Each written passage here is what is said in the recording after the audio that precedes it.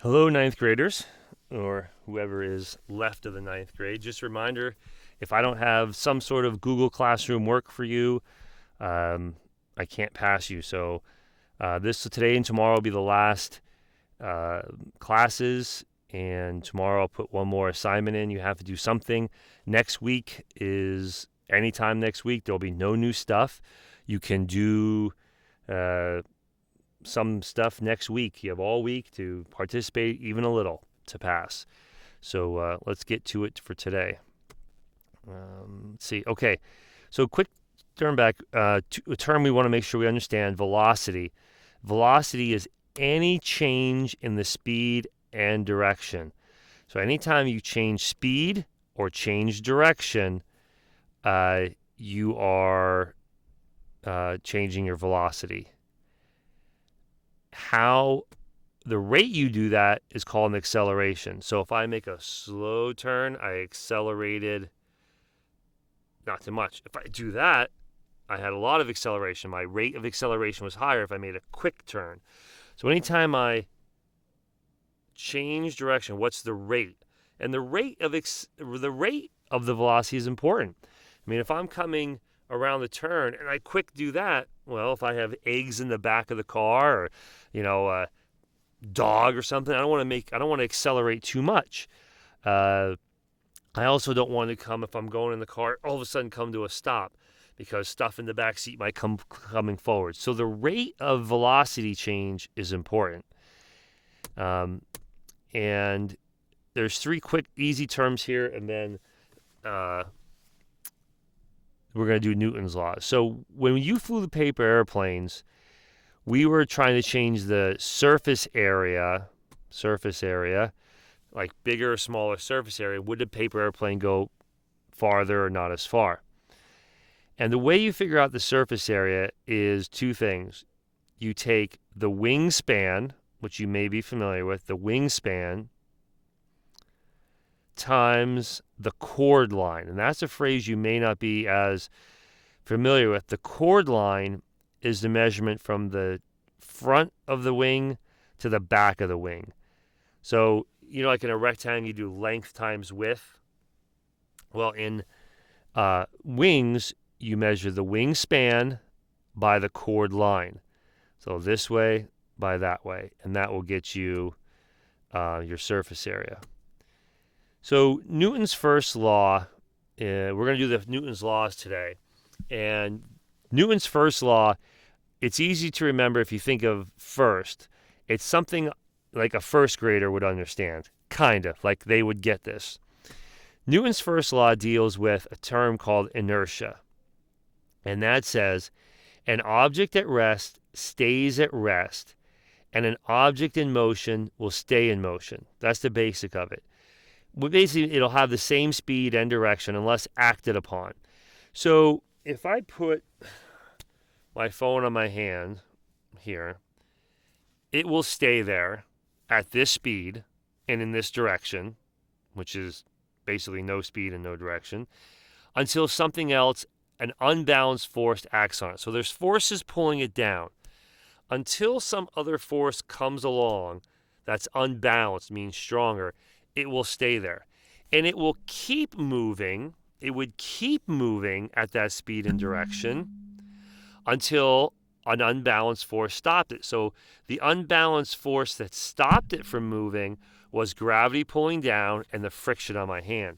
So if I were to throw this, it would stay in motion forever until acted upon by another force, meaning gravity pulling it down, friction of the air going by, it hitting the wall over here.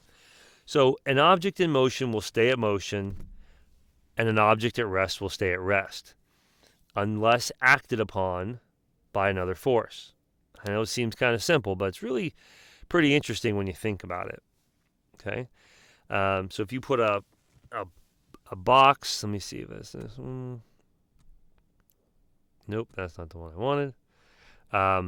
You put a box down, it will stay there until acted upon. We're going to skip the second law for a second. We're going to go to the third law. For every action, there's an equal and opposite reaction. For everything you do, there is an equal and opposite reaction. If you force your finger against the wall, it will push back with an equal and opposite reaction. Now, sometimes you can apply more force and overcome the other object. If this, instead of being a brick wall, was a wet paper or towel, it would push back against you, but there would be an unbalanced force. Your force would be stronger than its force. In this case, the brick wall's force is stronger than your force, so you're not going to push that brick wall. Your hand, looks like here, is going to be most likely to go backwards as opposed to that wall. Okay, so second law is you can measure. There's a way to measure forces, and you can calculate it without doing it. And this is important. Like if you're driving and you're going to hit something, you want to measure those forces.